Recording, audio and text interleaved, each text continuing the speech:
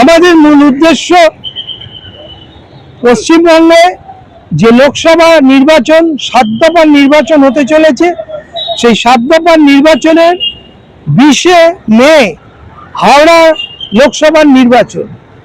20শে মে হাওড়া লোকসভার নির্বাচনে এখানকার তৃণমূলের প্রার্থী হচ্ছেন বিখ্যাত ফুটবল খেলোয়াড়, প্রাক্তন ফুটবল খেলোয়াড়, যিনি দীর্ঘদিন ধরে মোহনবাগানে অত্যন্ত সুনামের সাথে ফুটবল খেলতেন এবং ভারতীয় দলের বিভিন্ন সময় প্রতিনিধিত্ব করেছেন।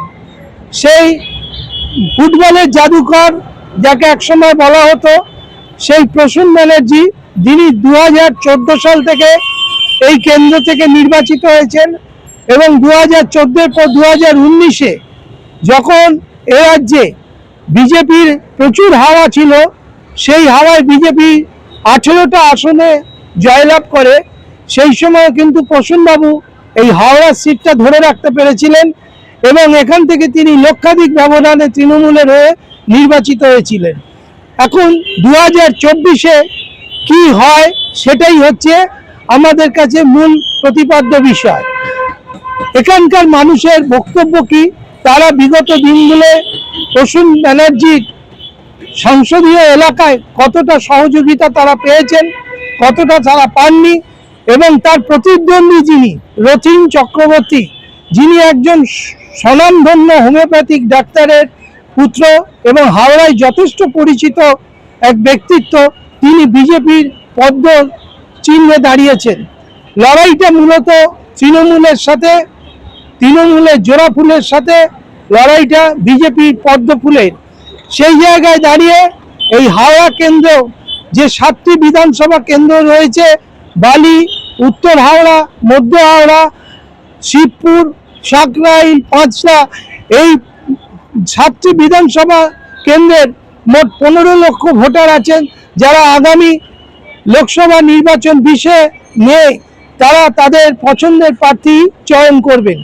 সেই জায়গায় দাঁড়িয়ে আজকে সংবাদ সোচ্চারের পক্ষ থেকে আমরা হাওড়া ময়দানে আমরা কথা বলবো এই অঞ্চলের রাজনৈতিক ব্যক্তিত্ব এবং বিভিন্ন সাধারণ মানুষের সাথে, যে আগামী দিনে তারা কি ভাবছেন এবং তারা কাকে ভোট দেবেন ঠিক করছেন।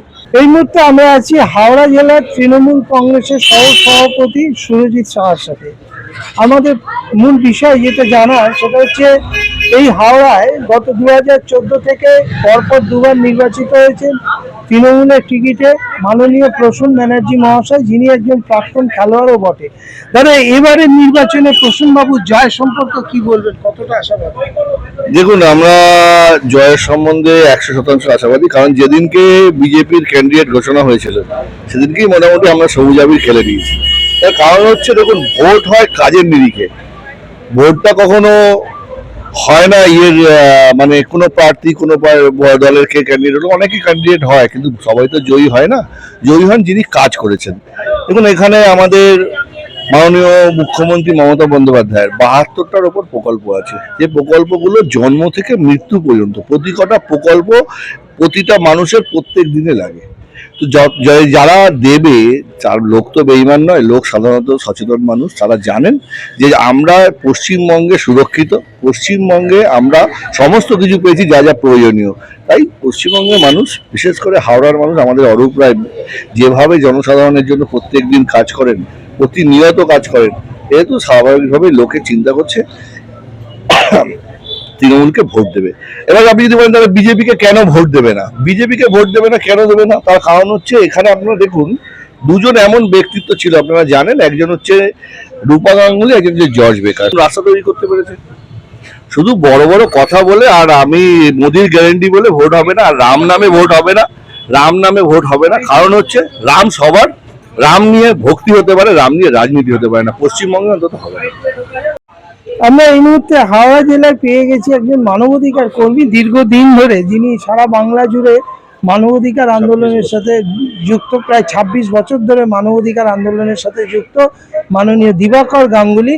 তিনি এইবার রাজনীতি, তিনি লোক না হওয়া সত্ত্বেও, একজন অরাজনৈতিক ব্যক্তি হওয়া সত্ত্বেও, তিনি কি মনে করেন হাওড়া জেলার এই সামগ্রিক বিষয়গুলো নিয়ে তিনি কি মনে করছেন তার কি মতামত আগামী দিনে সেইটাই জানতে চাইবো। দাদা, সামনের লোকসভা নির্বাচন, আপনি একজন মানবাধিকার কর্মী হিসেবে কি বার্তা দিতে চান?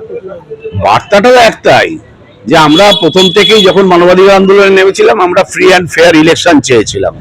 রাজ্যপালের কাছেও গেছি, বিভিন্ন দপ্তরে গেছি।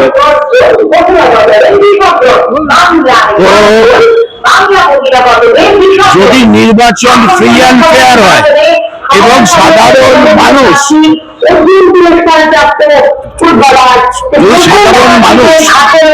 ভোট দিতে পারে, তাহলে কিন্তু সঠিক নির্বাচনটা হবে। হাওড়া জেলার নির্বাচনে প্রতি বছরই একটা উত্তেজনা থাকে, যেহেতু এখানে মিক্সড এলাকা, বিভিন্ন সম্প্রদায়ের মানুষ বসবাস করে, এবং আমরা অতীতে দেখেছি বিভিন্ন সময় হাওড়া জেলায় সাম্প্রদায়িক দাঙ্গার খবরও পাওয়া গেছে। সেই জায়গায় দাঁড়িয়ে এবারের নির্বাচনে কতটা শান্তিপূর্ণভাবে ভোট হবে বলে? এবার নির্বাচন শান্তিপূর্ণ হবে, কারণ যে সমস্ত পুলিশ অফিসাররা এসছেন এখন, তারা অসম্ভবভাবে মানুষের নার্ভ বোঝেন এবং দারুণ কাজ করছেন।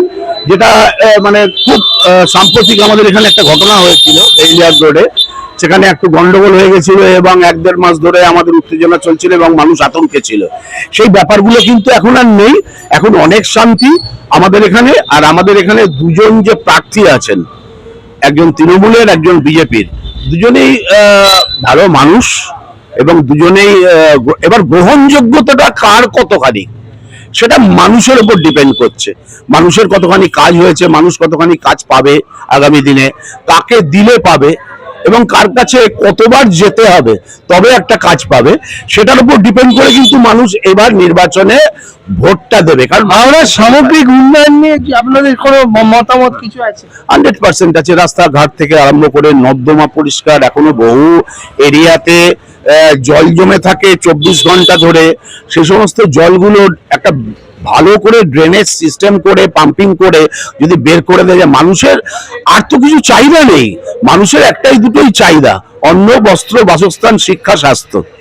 এর উপরে ডিপেন্ড করে মানবাধিকার, গণতান্ত্রিক অধিকার, মৌলিক অধিকার, এগুলো যদি মানুষ পায় তাহলে আর দরকার কি আছে? এগুলোর জন্যই তো রাজনৈতিক নেতাদের কাছে দৌড়ানো এবং রাজনৈতিক মানুষদের কাছে দৌড়ানো। সাধারণ মানুষের কি চাহিদা?